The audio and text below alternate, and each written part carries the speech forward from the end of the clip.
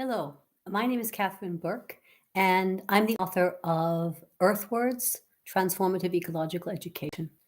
But today, I just wanted to share a little bit about what we've been doing recently, which is harvesting from the garden and collecting seeds. And I wanted to talk a little bit about seeds because in the Northern Hemisphere this time of year, as the light is low and the sun rises later each day, we're heading towards winter, which seems like a dark and dire time. Winter is coming, right? In the Southern Hemisphere, there'll be progress towards spring. But here in Norway, the leaves are like rioting in orange. Maybe you can see them behind me. And they'll fall, leaving bare branches. So we're aware that we're slipping into winter.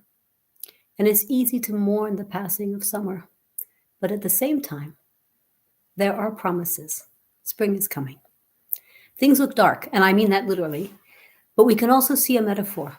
I looked outside at 7 a.m. this morning, and it was dark. And that always comes as a surprise to me this time of year because I'm used to like long summers with lots of light. But this is a time of year when I welcome the harvest and I save the seed from the summer abundance. At the same time that I mark the end of flourishing and that I recognize there's a coming time when things won't grow, when there's dying back, I gather these little jewels, these seeds that offer our way forward in the spring. And so I want to share with you some secrets. First of all, here is a secret. These dried pods, I'll bring out some more of them. These dried pods, I mean, they look ugly, don't they? You know, they look like waste. They look forlorn, but they hold a secret that has a history and a future and a promise. When you open them up, you find the smallest, tiniest seeds inside. Try to open one for you. There's one. I don't know if you can see it. See if I can get another one. Here's one.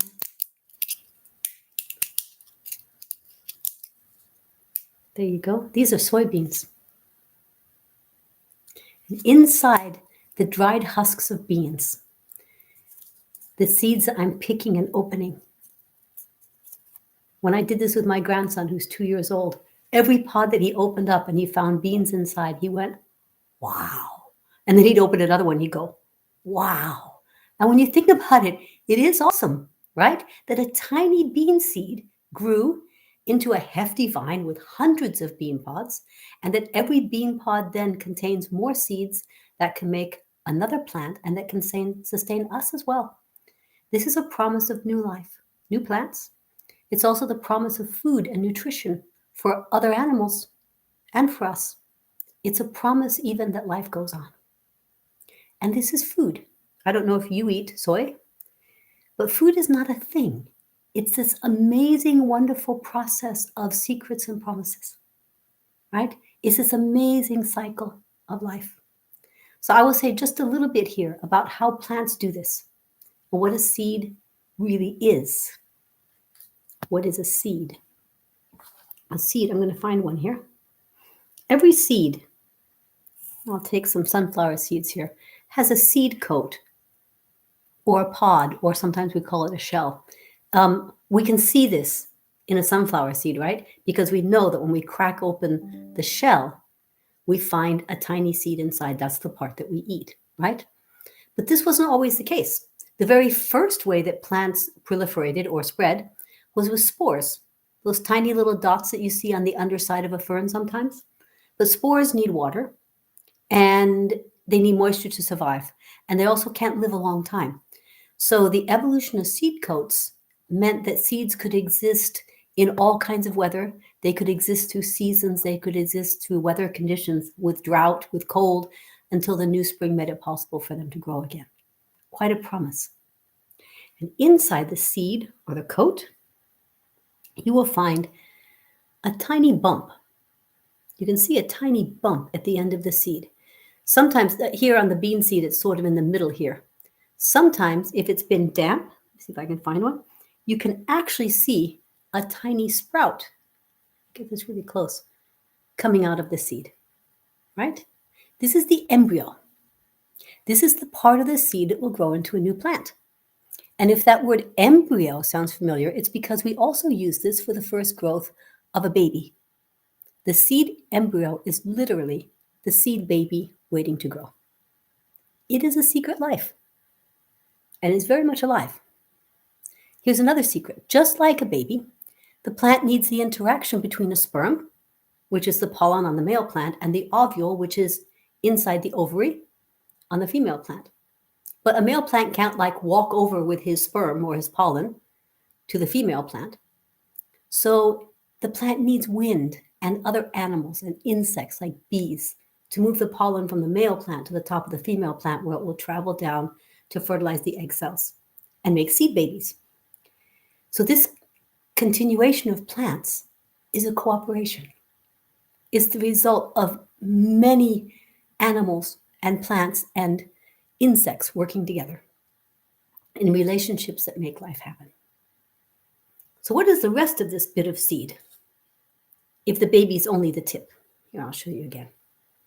This is the seed food. This is the sustenance or the nutrition that will feed the baby until it grows enough to have roots and first leaves and can take up sunlight. Because this is an amazing secret. Plants, and only plants, can take sunlight right out of the sky and combine light energy with water and with carbon to create sugar and starch, carbohydrates. And this process, which you know as photosynthesis, is the only way that sugar and starch are made. And sugar and starch are the building blocks for all plants and trees and grass and on, which all other animals eat and which we also eat and which feeds us. So without plants and the food they make out of sunlight, there'd be no larger animals. Without plants, there'd also be no fossil fuels, which we use for our own energy needs. Without plants, we wouldn't even be able to think, since our brains rely on glucose, which is sugar, for energy. In fact, every cell in our body relies on sugar to work. And that sugar or that glucose comes only from plant food, not from animal products, since meat doesn't contain the carbohydrates that convert into glucose. So plants are our source of glucose and cell energy.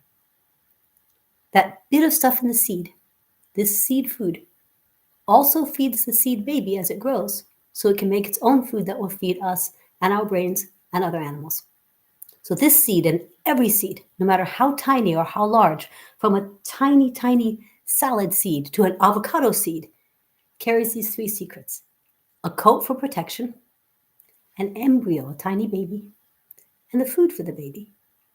And together they promise life, not only that they will grow into new plants and new seeds, but that their mass, their carbohydrate, and their glucose, made out of light energy, will fuel new cells and new animal life, and our life as well. This one seed here also carries another secret. It carries a history of all the other seeds that came before it, that brought it here. And it carries a future for all the seeds after it. So as you carry a seed in your hand, you carry the history and the promise of life on earth. So what's our role in this history for the future and for this magnificent cycle? Our role is to keep, I think, to keep the seeds, to plant the seeds, to nourish and to harvest again. Indigenous peoples have kept the knowledge of plant and seed regeneration literally throughout generations. We can continue this knowledge. We can keep and save the seeds and plant and nourish and harvest again.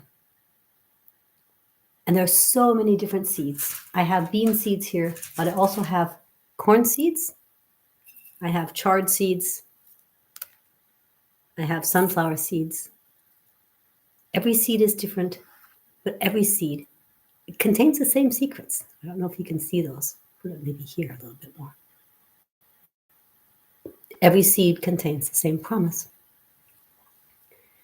But this isn't just kind of add-on garden talk or a bit of biology. Because although in economics, the economics that we currently teach, all of this, what I'm talking about now, is considered an externality. In the real world, the world out here, right? This is the real economy.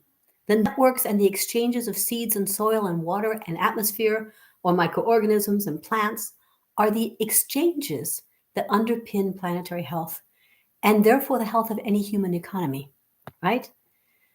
And because in politics, if we don't include the health of these planetary economies in our lawmaking, if we don't honor the crucial role of the web of life in our own health, we undermine our very societies. Because in history, we should be teaching the loss of the commons, the toll of extraction, the interdependence of human and seed histories, of human and agrarian histories, of human and more than human histories. And because in literature and the arts, we can extol the awe and the awareness of our enmeshment with this entire web of life, and that will help to shift paradigms toward our own and planetary thriving. And because in philosophy and the social sciences, we can extend our understanding of ourselves to an ecological self, a self that contains and is part of the rest of a thriving natural world, and indeed of the cosmos. Because in schools, we can create an ecology of deep and more than intellectual knowing, of communities of care, of a culture of ecological ethics and wisdom that honors our role as humans in the entangled web of life. And we can teach seeds to children. We can teach them this awe for seeds, and we can teach them this understanding of sustainability through food webs. And we can teach them really how sacred that is, because this is going to be very, very important, I believe. So I wanted to share this as a talk, but I do have it also. Here, I'll put this up here. I do have it also as a lesson plan in this book, which is Earthwards, Transformative Ecological Education. I think it's chapter 4 that I have this as a, but sometimes it's better to see it spoken, right? So that you can take what you want from it, or you can take your inspiration from it, but you can say it as you like. And if you'd like more lessons, more reflections, more inspiration, then this book is full of it. It's full of the stories of teachers who have developed ways of furthering a deep and ecological awareness for their students. So I hope you enjoyed the talk. I hope you enjoyed the book. See you soon.